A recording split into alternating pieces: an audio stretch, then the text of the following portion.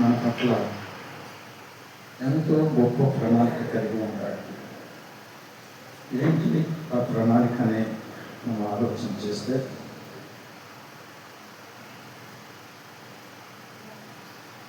దేవుడు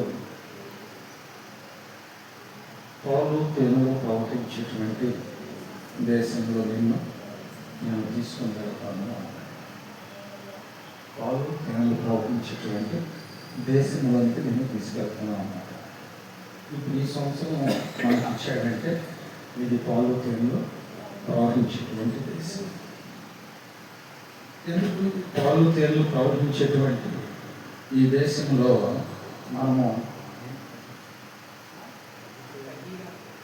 ఈ పాలు తేనెలు ప్రవహించేటువంటి దేశంలో మరి ప్రవేశించడానికి కారణం ఏంటంటే, పాలు అనగా వాక్యం, తేనె అనగా వాక్యం. అంటే ఇప్పుడు మనం ఏం కలిగి ఉండాలంటే, పాల లాంటి మనసు, తేనె లాంటి మనసు మనం కలిగి ఉండాలి. పాలైనా తేనైనా వాక్యమై ఉంది కాబట్టి మనం ఏం కలిగి ఉండాలి? వాక్యము కలిగి ఉండాలి. ఈ సంవత్సరం మనకిచ్చాడు. ఇంతకుముందు సంవత్సరము మనకిచ్చాడు.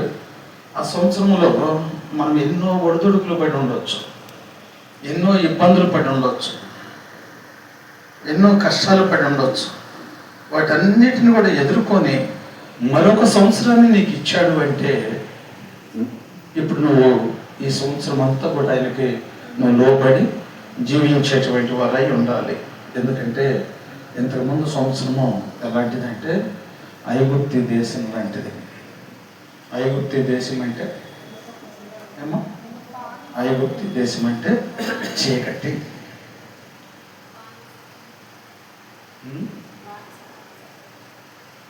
దేవుడు మొట్టమొదటిగా మా యొక్క ఇశ్రాయేల్ యొక్క జనాంగాన్ని ఎక్కడి నుంచి తీసుకొచ్చాడు? ఏమో, ఐగుప్తు దేశం నుంచి విడిపించాడు. ఐగుప్తు దేశం అంటే ఏంటి? మరి ఏం చెబుతున్నారు? హల్లెలూయా. అందుకనే ధ్యాస వాక్యం మీద పెట్టండి. వాక్యము మన హృదయంలో ఉంటే మన జీవితము పాలులాగా ప్రవహిల్లుతూ ఉంటుంది. ఆలోచించండి. ఐగుప్తు దేశంలో ఇశ్రాయేలు యొక్క జనాంగము బానిసత్వంగా ఉన్నప్పుడు వారు దేవునికి మొరపెట్టుకున్నారు. అంటే పాలు ప్రవహించేటువంటి దేశానికి పోవాలి అంటే మనం దేవునికి మొరపెట్టుకునేటువంటి వరమై ఉండాలి. ఎందుకంటే మన మొరను దేవుడు ఆలకించే దేవుడు. హల్లెలూయా. ఆలకించే దేవుడు కనుక మనము దేవుని యొక్క మొర మన మొర దేవుడు ఆలకిస్తాడు కనుక మనం దేవునికి మొర పెట్టుకునేటువంటి వారమై ఉండాలి. అందుకనే దేవుడు తన వాక్యము ద్వారా మనతో మాట్లాడుతున్నాడు. దేవుని యొక్క పరిశుద్ధ గ్రంథంలో నుండి ద్వితీయోపదేశ కాండము 11వ అధ్యాయము 9వ వచనములో మనం చూసినట్లయితే అక్కడ ఒక మాట రాయబడి ఉంది. యెహోవా వారికిని వారి సంతానమునకును దయచేసేదనని మీ పితరులతో ప్రమాణము చేసిన దేశమున, అనగా పాలు తేనెలు ప్రవహించు దేశమున మీరు దీర్ఘాయుష్మంతులగునట్లు నేడు ఈ దినమున మీకు ఆజ్ఞాపించు ఆజ్ఞలన్నిటినీ మీరు గైకొనవలెను. హల్లెలూయా. హల్లెలూయా. ఏం చెబుతున్నాడు దేవుడు తన వాక్యం ద్వారా? యెహోవా వారికిని వారి సంతానమునకును దయచేసేదనని మీ పితరులతో ప్రమాణం చేసిన దేశమున, అనగా పాలు తేనెలు ప్రవహించు దేశమున మీరు దీర్ఘాయుష్మంతులగునట్లు నేను ఈ దినమున మీకు ఆజ్ఞాపించుతున్నాను. హల్లెలూయా. హల్లెలూయా. మీరు ఐగుప్తు దేశంలో మీరు బానిసత్వంగా ఉన్నారు.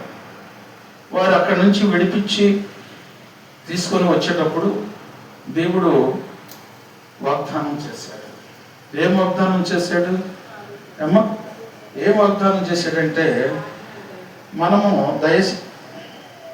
దయచేసేదనని మీ పితరులతో ప్రమాణము చేసిన దేశమున, అనగా పాలు తేనెలు ప్రవహించు దేశమున మీరు దీర్ఘాయుష్మంతులు ఎలాగే ఉండాలని దీర్ఘాయుష్మంతులగునట్లును నేను ఈ దినమున మీకు ఆజ్ఞాపించుచున్నాను. ఆలోచించండి. మీరు దేవుడు మనకిచ్చినటువంటి ఈ నూతన సంవత్సరము మనము దీర్ఘాయుష్మంతులం అవ్వాలన్నా, మనము దీవించబడాలన్నా, ఆశీర్వదించబడాలన్నా మనం ఏం కలిగి ఉండాలంటే ఆయన ఆజ్ఞలను మనకిచ్చాడు. ఇప్పుడు ఈ సంవత్సరం అంతా కూడా మనం దీవించబడాలి, ఆశీర్వదించబడాలి అంటే మనం ఏం చేయాలంటే ఆయన ఆజ్ఞలను గైకొనేటువంటి వారమై ఉండాలి. ఆయన ఆజ్ఞలను గైకుంటే ఆయన దీర్ఘాయుష్ను మనకిస్తానంటున్నాడు. మీరు ఈ సంవత్సరం అంతా కూడా మీరు జీవిస్తున్నప్పుడు దేవుని మనం ఎలాగో ఆరాధించాలంటే మీకు ఆజ్ఞాపించినటువంటి ఆజ్ఞలన్నిటినీ మీరు గైకొనాలి. ఇప్పుడు దేవుని యొక్క వాక్యము మనకు ఎత్తబడుతుంది. ఇప్పుడు ఈ వాక్యం ఎందుకు ఎత్తబడుతుంది? నీకు దీర్ఘాయుషు కలగాలి అంటే ఈ వాక్యానుసారంగా నువ్వు జీవించాలి. ఈ వాక్యానుసారమై ఏంటి? ఈ వాక్యంలో ఉన్నటువంటి సారం ఏంటంటే అంతకుముందు ఉన్నటువంటి దేశంలో శ్రమలు, శోధనలు, ఇబ్బందులు ఉన్నాయి. అప్పుడు దేవుని ఆజ్ఞకు కట్టుబడి ఉండలేదు, దేవునికి లోబడి ఉండలేదు, దేవుని యొక్క చిత్తానుసారంగా వారు జీవించడం లేదు. జీవించకపోబట్టి వారు ఏమి ఎదుర్కొన్నారు? శ్రమలను ఎదుర్కొన్నారు, శోధనలు ఎదుర్కొన్నారు. అలాగే మనకు కూడా వర్తించింది. ఆనాడు ఇశ్రాయేలు యొక్క జనాంగమే, ఈనాడు మనము కూడా ఆ జనాంగమే. అవునా? ఆ జనాంగమే, ఆ ఇశ్రాయేలీలు, మనం కూడా ఆ యొక్క సంతతి వారమే. ఆనాడు శ్రమలు పడ్డారు, ఆనాడు వారిని విడిపించటానికి దేవుడు ఇదిగో వారిని తీసుకొని వచ్చాడు. ఎలా తీసుకొచ్చాడు? ఏమో వారు మొరపెట్టుకున్నారు. ఈ సంవత్సరంలో మేము కూడా ఒక అనుభవంలోకి రావాలి, ఒక ఆలోచనలోకి రావాలి. మనం దేవుని సన్నిధికి ఎందుకు వస్తున్నామా అంటే ఏదో వస్తున్నామో వెళ్తున్నామో అంటున్నామే, కానీ మనస్సు మార్చలేదు, తలంపులు మార్చలేదు, ఆలోచన మార్చలేదు. దేవుడు కోరుకుంటుంది అది కాదు, నీవు సమస్తం కూడా మారిపోవాలి, నీ ప్రవర్తన మారాలి. నువ్వు సన్నిధి కొత్త కాదు అని కావాల్సింది. దేవుడు ఏ ఆజ్ఞలు అయితే మనకి ఇచ్చాడో ఆ ఆజ్ఞలను మనము గైకొనేటువంటి వారమై ఉండాలి. గైకొంటమంటే అనుసరించేటువంటి వారమై ఉండాలి. దానికి వ్యతిరేకముగా మనం ఏది చేసినా మనలో ఒక భయం అనేది రావాలి. ఎంతమందికి వస్తుంది భయం? ఏమో ఎంతమంది దేవునికి భయపడి జీవిస్తున్నారు? దేవుని సన్నిధికి అయితే వస్తున్నారు కానీ భయమో భక్తి లేకుండా జీవిస్తున్నారు. అందుకనే దేవుడు తన వాక్యం ద్వారా మనకు తెలియపరుస్తున్నాడు. ఏమంటున్నాడు ఇక్కడ? చదువమ్మా. సంతానమునకును దయచేసేదనని ప్రమాణము చేసిన దేశమున, పాలు తేనెలు ప్రవహించు దేశానికి దేవుడు వారిని నడిపిస్తానని వారికి వాగ్దానం చేశాడు. పాలు అనగా ఏం చెప్పాను? వాక్యము. తేనె అనగా వాక్యమే. అంటే వాక్యమును అనుసరించి నడిచేటువంటి వారమై ఉండాలి. మనం ఏదో సన్నిధికి వచ్చాము, పాట పాడాము, వాక్యం చెప్పాము, వాక్యం చదివాము అంటే సరిపోదు. దేవుడు కోరుకుంటుంది ఏంటంటే సంవత్సరం మారినట్టుగా నీ మనస్సు కూడా మారాలన్నమాట. నీ మనస్సులో ఉన్నటువంటి ఆలోచనలు కూడా మారాలి. ఆనాడు నువ్వు సన్నిధికి వచ్చి రక్షణ పొందే రోజు ఏ మైండ్ కలిగి ఉన్నావో ఇప్పుడు కూడా అది 10 సంవత్సరాలు అయినా కానీ అదే మనస్సు కలిగి మనం జీవిస్తున్నాం. అందుకనే మన జీవితం ఎట్లుంటుందంటే ఆనాడు ఎట్లున్నామో ఈనాడు కూడా. అయితే సంవత్సరాలు గడిచిపోతున్నాయి కానీ మన తలరాత మార్తల్లా, మన ఆలోచనలు మార్తల్లా. మన తలరాత ఎందుకు మార్తలేదు అంటే దేవుని యొక్క వాక్యానికి కట్టుబడి మనం జీవించలేకపోతాం. ఈ రాత్రికాల ముందు దేవుడు హెచ్చరిస్తున్నాడు, నీకు ఇచ్చినటువంటి ఈ నూతన సంవత్సరములో నువ్వు దీర్ఘాయుష్మంతుడు అయి ఉండాలని దేవుడు తన వాక్యము ద్వారా నీతో మాట్లాడుతున్నాడు. అందుకనే దేవుడు ఇచ్చినటువంటి ఈ సమయాన్ని మనం ఏం చేయాలి? సద్వినియోగపరచుకోవాలంటే వెత్తబడుతున్నటువంటి వాక్యానికి గైకొని లోబడి జీవించేటువంటి వారమై ఉండాలి.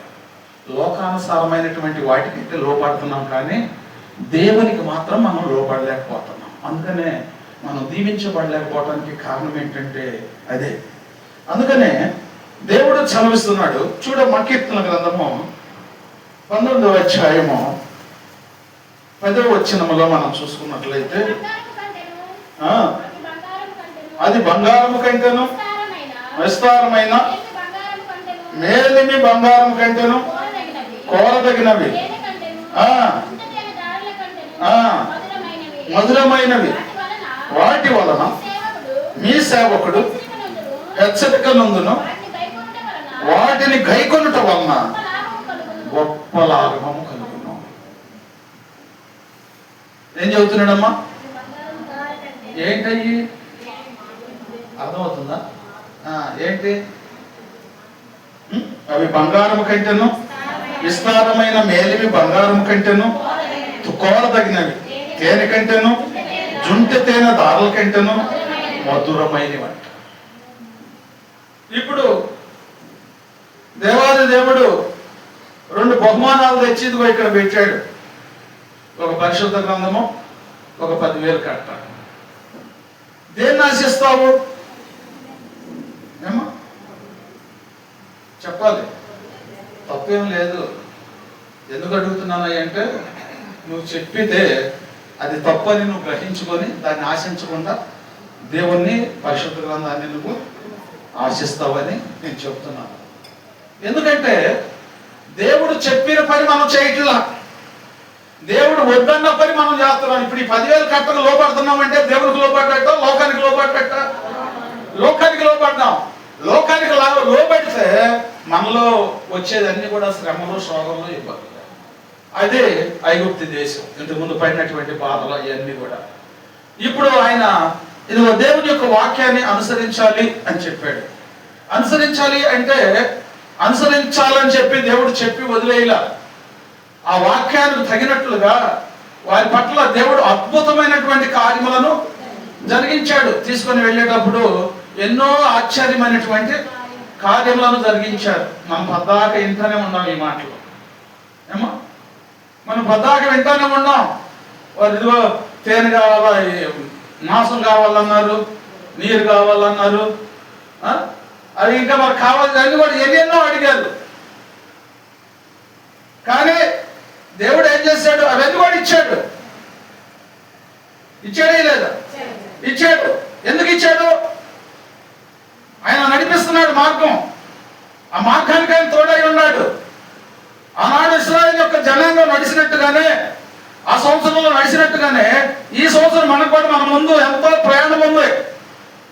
ఈ సంవత్సరం మొదలుకొని సంవత్సరాది వరకు మన ప్రయాణం కొనసాగాలి అంటే దేవుని యొక్క మాటలు మనం జాగ్రత్తగా ఆలకించి వాక్యానుసారంగా మనం జీవించేటువంటి వారమై ఉండాలి. అప్పుడు మన ప్రయాణం సుఖముఖమైంది. ఎన్ని శ్రమలు, ఎన్ని ఇబ్బందులు లేకుండా ఉండాలి అంటే వాక్యానుసారంగా మనము జీవించేటువంటి వారమై ఉండాలి. వీళ్ళు ఎన్ని కార్యాలు చేసినప్పటికైనా, చెప్పండి, ఎన్ని కార్యాలు చేసినప్పటికైనా వీరి మనసంతా కూడా ఇంతకు ముందు చేసినటువంటి వాటి మీదే ఉంది. కానీ దేవుడు చేసినటువంటి అద్భుత కార్యాలు మనసులో ఉంటుల్లా. ఆనాడే కాదు, ఈనాడు మనలో కూడా అదే జరుగుతుంది. అదే జరుగుతుంది కాబట్టి దేవుడు ఇప్పుడు మనకు చెబుతున్నటువంటి మాట ఏంటంటే, వారు పాలు తేనెలు ప్రవహించేటువంటి దేశానికి వెళ్ళలేకపోయారు.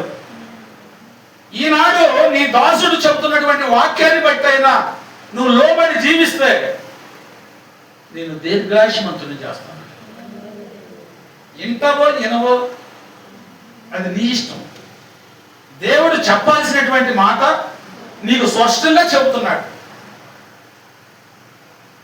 ఆనాడు మరి అంత కాల్వలో నడిచినప్పటికైనా, వారు ప్రయాణం చేసినప్పటికైనా వారు చేరలేకపోయారు అంటే పాత జీవితాన్ని విడిచిపెట్టలేకపోయారు. ఆనాడు వారు విడిచిపెట్టలేదు కనుక వారు ఇబ్బందులు పోలయ్యారు, అడవి పోలైపోయారు. మీకు ఆ గతి పట్టొద్దు. మీకు ఒక నూతన సంవత్సరాన్ని ఇచ్చాను. ఈ సంవత్సరంలో మీరు నడవాలి అంటే పోలై ఉన్నటువంటి వాక్యమును మీరు స్వీకరించినప్పుడు మీ జీవితంలో ధన్యకరముగా చేస్తానని దేవుడు తన వాక్యం ద్వారా మనతో మాట్లాడారు. మరి లోపడతావా? ఏమా లోపడతావా? లోపడవా? వాళ్ళు లోపడలేదు కాబట్టి వాళ్ళు దీర్ఘాయుష్ను పొందుకోలేకపోయారు. ఈనాడుకైనా మళ్ళీ అవకాశం ఇస్తున్నాడు యేసయ్య. కొన్ని వేల సంవత్సరాలు గడిచిపోయినప్పటికైనా మళ్ళా ఇప్పుడు కూడా దేవుడు అవకాశాన్ని ఇస్తున్నాడు.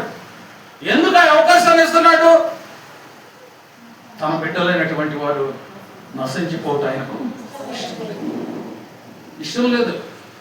ప్రతి ఒక్కరి దగ్గరికి వెళ్ళి దేవుని యొక్క సువార్త ప్రకటించబడుతుందంటే, ఎందుకు ప్రకటించబడుతుందంటే ఏమో దేవుని యొక్క సువార్తను ప్రకటించడానికి దైవ సేవకులు వారి ప్రాణాలను కూడా పెడుతున్నారు, హతసాక్షులు అవుతున్నారు. ఎంత భారం కలిగి దేవుని యొక్క వాక్యాన్ని ఎందుకు బోధిస్తున్నారంటే ఆ వాక్యము మానవుల యొక్క జీవితాలను మార్చేయగలిగింది, మానవుల యొక్క తలంపుల ఆలోచనలను సరిచేయగలిగింది. ఆ వాక్యము నిన్ను పట్టుకుంటే నువ్వు ధన్యుడు అవుతావు, నువ్వు దీర్ఘాయుష్మంతుడు అవుతావు. దేవుడు నీకు సెలవిస్తున్నాడు. నీకు సెలవిచ్చినటువంటి ఆ దేశములను ప్రవేశించాలని ఆయన కోరుకుంటున్నాడు. ఆ దేశము ఎలాంటిది? పోలతేళ్లు ప్రవహించేటువంటి దేశము, కొండలు మెట్టలతో కూడినటువంటి దేశము. ఆ దేశం మీదంట దేవుని యొక్క కనుదృష్టి ఎల్లప్పుడూ ఉండిందంట. హల్లెలూయా. అది కొండలో మెట్టలు కలిగింది. ఇప్పుడు మనం ఏదైనా చేరుకు నీరు పెట్టాలంటే ఇంజిన్ వేసేసి కాలం చేస్తే వెళ్ళిపోతుంది చెల్లోకి. కొండ మీదకి ఎక్కమంటే ఎక్కుతాయా? ఎక్కువ. మరి ఎక్కకపోతే పంటలు ఎక్క పండుతాయి? దేవుడు అంటున్నాడు, ఏ సమయంలో నీకు అవసరమో, ఏమి అవసరమో నాకు తెలుసు, నేను నీకు దయచేస్తాను. అంటే నువ్వు ఏదైనా ఒక పైరు వేసుకున్నావంటే, కొండ మీద పైరు వేసినప్పటికైనా దానికి వర్షం కావాలంటే కావాలన్నప్పుడే కురిపిస్తాడు. ఇప్పుడు మనకి ఎట్ట కురుతుంది వాన? ఏమా అందరు రైతులే పంటలు కోసి ఓదుల మీద ఉన్నప్పుడు ఏమవుతుంది? గాలి వాన వచ్చేస్తుంది. ఆ రైతు ఏం చేస్తున్నాడు? నష్టపోతున్నాడు, ఇబ్బందులు పాలవుతున్నాడు. ఈ పెట్టుబడులు రాక వాడు ఏం చేస్తున్నాడు అంటే ఏదో పురుగు మందు దాగి చచ్చిపోతున్నాడు. ఎందుకంటే చచ్చిపోవడానికి కారణం ఏంటి? చచ్చిపోవడానికి కారణం ఏంటంటే ఆయన కన్ను దృష్టి నీ మీద లేదు అంటే ఇదిగో నువ్వు వాక్యానుసారముగా నడవట్లేదు.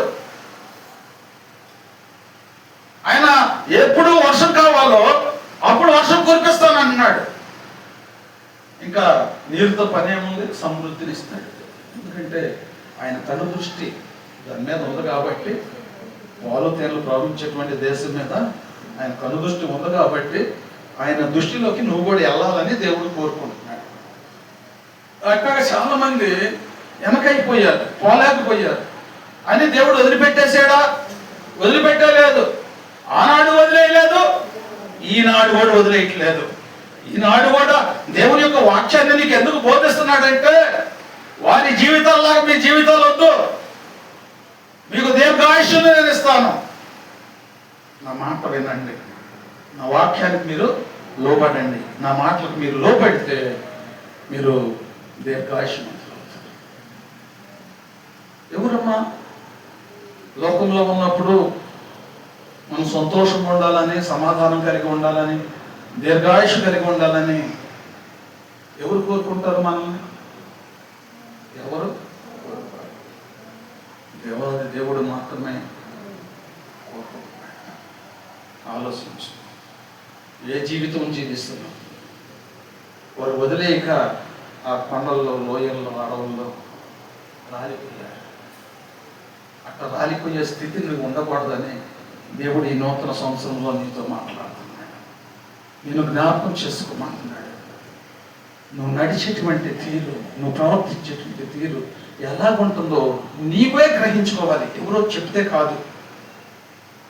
నీ ప్రవర్తనే నువ్వు గ్రహించుకున్న రోజే నీ జీవితాన్ని మార్చుకోగలుగుతావు. కానీ ఎవరేమైనా నేను వచ్చి చెబితే అది నువ్వు చూసుకోయా, మాకు చెప్పంత తోడు కాదులే నువ్వు అంటారు. అదే నీ మనసుకే తట్టిందనుకో అదే మాట, అప్పుడు నువ్వు మార్పు చెందటానికి అవకాశం ఉంటుంది. ఆ మాటలే దేవుని యొక్క వాక్యం.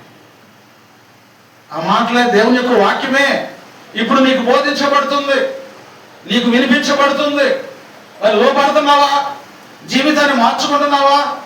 ఏమా అంత కాలువలో బయలుదేరితే ఇద్దరు వ్యక్తులే చేరారని పరిశుద్ధ గ్రంథం మనకు తెలియపరుస్తుంది. అంటే వారి జీవితం ఎలాంటి జీవితం ఇచ్చాడు? వారిద్దరికి దీర్ఘాయుషం ఇచ్చాడు. హల్లెలూయా. ఆ దీర్ఘాయుషు నీవు కూడా పొందుకోవాలని దేవుడు తన వాక్యం ద్వారా మనతో మాట్లాడుతున్నాడు. 1 పేతురు రాసిన పత్రిక 2వ అధ్యాయము 1 నుండి కొన్ని వచనాలను మనం ధ్యానం చేసుకుందాం. ప్రభు దయాళుడని మీరు రుచి చూసిన ఎడల సమస్తమైన దుష్టత్వమును, సమస్తమైన కపటమును, వేషధారణను, అసూయను, సమస్త దూషణ మాటలను మాని కొత్తగా జన్మించినటువంటి శిశువులను పోలిన వారై నిర్మలమైన వాక్యమును పాల వలన ఎదుగు నిమిత్తము. హల్లెలూయా, హల్లెలూయా. ఏమి ఆపేక్షించమంటున్నాడు? పాలను ఆపేక్షించండి. పాలు దేని సాదృశ్యంగా ఉంది? వాక్యాన్ని సాదృశ్యంగా ఉంది. అంటే ఇప్పుడు మనం దేన్ని ఆశ్రయించాలని చెబుతున్నాడు? వాక్యమును ఆశ్రయించాలి, వాక్యమును ఆశ్రయించాలి. అలానే సమస్తమైన దుష్టత్వమును, సమస్తమైన కపటమును, వేషధారణను, అసూయను, సమస్త దూషణ మాటలను మానాలంట. మానేసామా? ఏమా ఎంతమంది మానేరు చెప్పండి.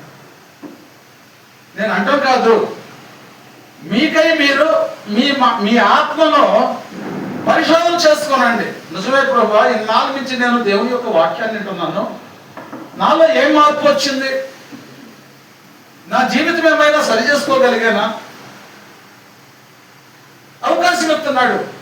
ఆ ప్రశ్నను వేసుకుంటే ఇప్పుడు నుంచి అయినా కానీ సరే నీ ప్రవర్తన, నీ ఆలోచనలు అన్ని కూడా సరి చేసుకోగలిగితే ఈ సంవత్సరమైనా నిన్ను దీర్ఘాయుష్మంతుడిని చేయడానికి ఆయన ఎంతో ఆశపడుతున్నాడు.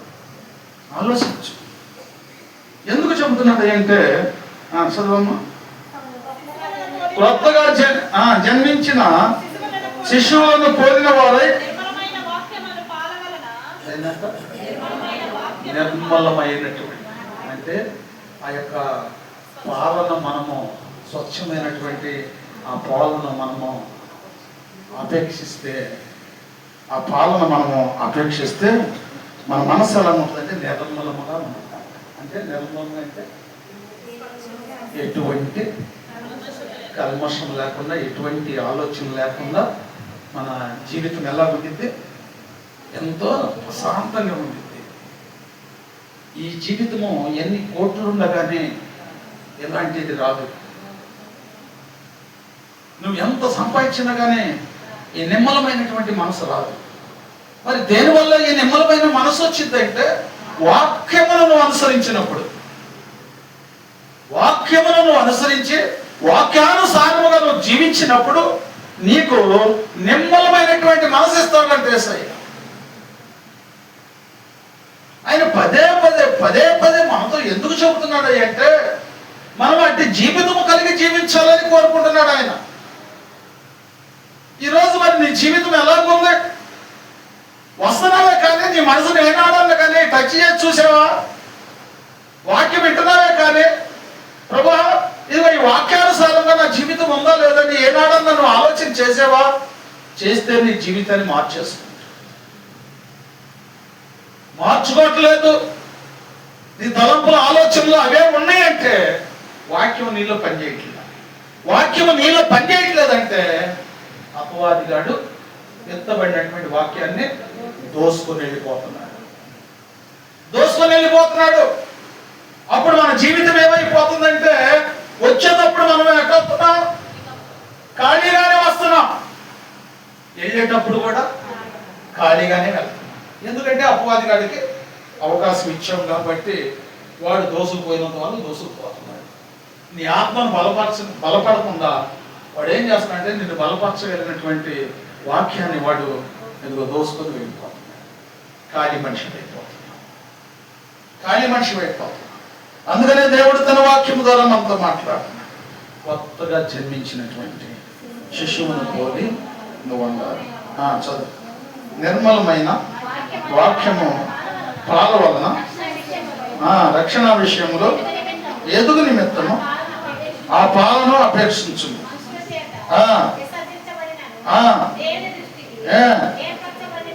ఏర్పరచబడినది అమూల్యమునై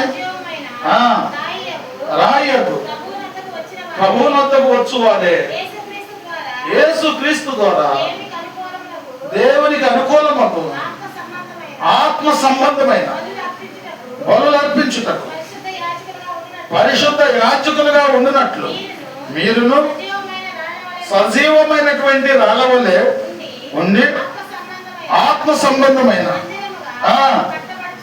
హల్లెలూయా హల్లెలూయా. మన దేవుడు ఏమై ఉన్నాడంట? సజీవమైనటువంటి రాయి అయి ఉన్నాడంట. మన మనసులో ఎలా ఉండాలంట?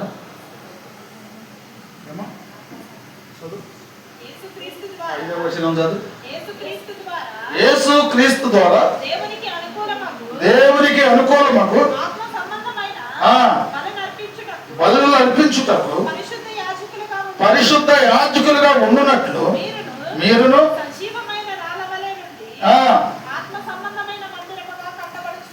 హల్లెలూయా హల్లెలూయా. దేవుని సన్నిధికి వస్తున్నారు. ఇదేంటి? దేవుని యొక్క సన్నిధి, దేవుని యొక్క మందిరం. ఈ దేవుని మందిరానికి వచ్చినటువంటి నీవు నీ హృదయమును ఒక మందిరంగా మార్చుకోవాలి. నీ మందిరాన్ని సజీవమైనటువంటి మందిరముగా నువ్వు మార్చుకోవాలి.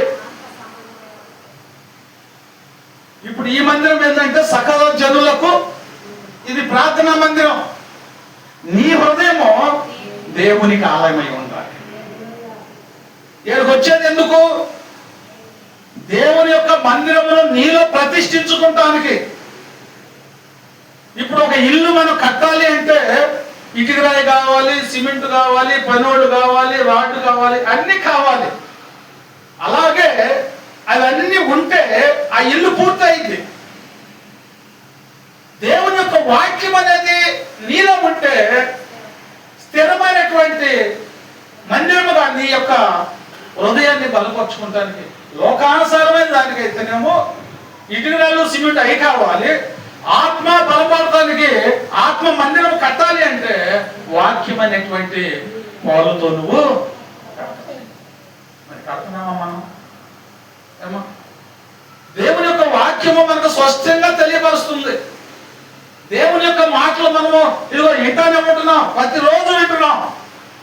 వచ్చినటువంటి నీ మనస్సు ఏమైనా మారుతుందా? వచ్చినటువంటి నీ ఆలోచన ఏమైనా మారుతుందా? సంవత్సరాలు ఎన్నో గడిచిపోయింది. ఈ సంవత్సరమైనా నువ్వు మారగలిగితే నీ మందిరం, నీ హృదయాన్ని ఆయన సజీవమైనటువంటి మందిరముగా ఏర్పరచాలని చూస్తున్నాడు. ఆ సజీవమైన మందిరము దేని ద్వారా కట్టబడిద్దంటే దేవుని యొక్క వాక్యం ద్వారా కట్టబడింది. వాక్యం ద్వారా కట్టబడింది. అందుకనే దేవుని యొక్క వాక్యము మనకు సెలవిస్తుంది. యోహాను సువార్త 1వ అధ్యాయము 1వ నుంచి మనం చూసుకున్నట్లయితే ఆది యందు వాక్యము ఉండెను, వాక్యము దేవుని యొక్క ఉండెను, వాక్యము దేవుడై ఉండెను, ఆయన ఆది యందు దేవుని యొక్క ఉండెను, సమస్తమును ఆయన మూలముగా కలిగాను. హల్లెలూయా, హల్లెలూయా. ఏం చెబుతున్నాడమ్మా? ఆది యందు వాక్యం ఉండెను, ఆ వాక్యమే దేవుడై ఉండెను. హల్లెలూయా. వాక్యం ఎవరై ఉన్నారు? దేవుడై ఉన్నాడు. ఇప్పుడు ఎత్తబడుతుంది ఏంటి? దేవుని యొక్క మాటలో. మరి ఆ మాటలకు లోపడితే కదా నీ జీవితం ధన్యకరంగా మారేది. వాక్యాన్ని అనుసరిస్తే కదా నీ జీవితం మారేది, నువ్వు అనుకున్నది జరిగేది. అందుకనే దేవుని యొక్క వాక్యం సెలవిస్తుంది. ఇంక కింద చదువమ్మా. కలిగి ఉన్నదేదియో. అబ్బా, ఏం చక్కగా చెప్తుందమ్మా దేవుని యొక్క వాక్యం. ఈ భూమి మీద నువ్వు తింటున్నా, కొనుక్కుంటున్నా, సంపాదించుకుంటున్నా, ఏదైనా కానీ అంట అదంతా కూడా దేవుని యొక్క చిత్తానుసారంగా నీకు అనుగ్రహించబడుతుందంట. మరి ఇన్ని పొందుకుంటా మరి ఆయనకి ఎందుకు లోపడలేకపోతున్నాము? ఏమా, ఈ భూమి మీద ఉన్న సమస్తము కూడా దేవుని ద్వారా కలిగినవే. ఆయన లేకుండా ఏది లేదు. ఆయన లేకుండా ఏది లేదు. ఎందుకని కనుగొనలేకపోతున్నాం? ఎందుకని లోపడలేకపోతున్నాం అంటే ఇంకా కింద చదివితే అక్కడ అంటున్నాడు, ఆయనలో జీవం ఉండెను, ఆ జీవము మనుషులకు వెలుగై ఉండెను, ఆ వెలుగు చీకటిలో ప్రకాశించుతున్నది కానీ చీకటి తనని గ్రహింపకుండెను. దేవుడు ఏమై ఉన్నాడు? వెలుగై ఉన్నాడు. వెలుగై ఉన్నటువంటి దేవుడు చీకటిలో ప్రవేశించి ఉన్నాడు, తిరుగుతున్నాడు. అంటే చీకటి తలంపులు, చీకటి ఆలోచనలు, చీకటి మనస్సు మనలో ఉండబట్టి వెలుగుల గురించి మనం తెలుసుకోలేకపోతున్నాం. ఏమో దొంగతనం చేసేవాడిని అది మానుకోరంటే వాడు వింటాడా? ఎందుకంటే వాడు చీకటిలో ఉన్నాడు, చీకటి సంబంధిగా ఉన్నాడు. ఆ చీకటి సంబంధిని వెలుగు సంబంధిగా మార్చాలని దేవుడు వచ్చాడు. వెలుగు సంబంధిగా నేను మార్చాలని ఆయన వచ్చాడు. అందుకని ఇక్కడ ఏమంటున్నాడు? చదువు. ఇంకా దేవుని యొద్ద నుండి పంపబడిన ఒక మనుషుడు ఉండెను, అతని పేరు యోహాను. ఆ వెలుగును గూర్చి సాక్ష్యం ఇచ్చుటకు సాక్షిగా వచ్చెను.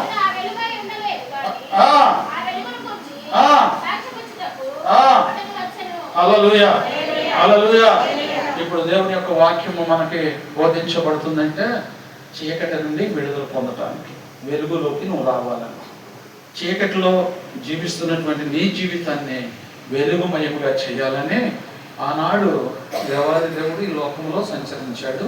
ఈనాడు వాక్యము ద్వారా నీతో నాతో సంచారం చేస్తున్నాడు, నీతో నాతో మాట్లాడుతున్నాడు. ఆయన ప్రత్యేకంగా వచ్చి, ఆయనకు ఒక రూపం అనేది లేదు. చాలా మంది ఇదిగో బొమ్మలు పెడుతున్నారు కానీ ఆ రూపం అని చెప్పాడు దేవుడు. ఆ రూపం ఏంటంటే నువ్వు నేనే. హల్లెలూయా, హల్లెలూయా. ఎవరైతే నమ్ముతారో వారిలోకి ఆయన వెళ్తాడు. ఆయనలోకి వెళ్ళాడంటే ఆ రూపం కలిగి ఉండాలని అర్థం. అట్టి ధన్యతను నువ్వు పొందుకోవాలని దేవుడు తన వాక్యం ద్వారా మనతో మాట్లాడుతున్నాడు. మరి రాత్రి కాలం మందు విత్తబడినటువంటి వాక్యాన్ని మీ మనసులో భద్రపరచుకొని, నిజమే ప్రభువా, మా జీవితము నీకు అనుకూలంగా ఉన్నదా లేదా, వ్యతిరేకమైన జీవితం మేము జీవిస్తున్నామా, వెలుగై ఉన్నటువంటి దేవుడు మా హృదయంలో నీ వెలుగును నింపుకునే భాగ్యమును మాకు దయచేయ ప్రభు అని నువ్వు ప్రాధేయపడితే దేవుడు తప్పకుండా నిన్ను బాగు చేస్తాడు, ప్రయోజకం చేస్తాడు, ఒక ఉన్నతమైన స్థానంలో చేస్తాడు. దీర్ఘ ఆయుష్ను దేవుడు నీకు అనుగ్రహిస్తాడు. ఈ లోకంలో విడిచిపెట్టి వెళ్ళేది ఏంటంటే ఆత్మను కాదు, దేహాన్ని.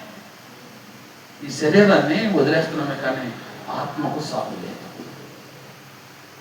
ఆ ఆత్మ సజీవమైనదిగా జీవించాలి అంటే ఈ వాక్యం అనే పాలతో నీ హృదయాన్ని కడుక్కోవాలి. నువ్వు జాగ్రత్తగా దేవునికి లోబడి జీవించాలి. అటు ధన్యతను దేవుడు మనందరికీ దయచేయను గాక.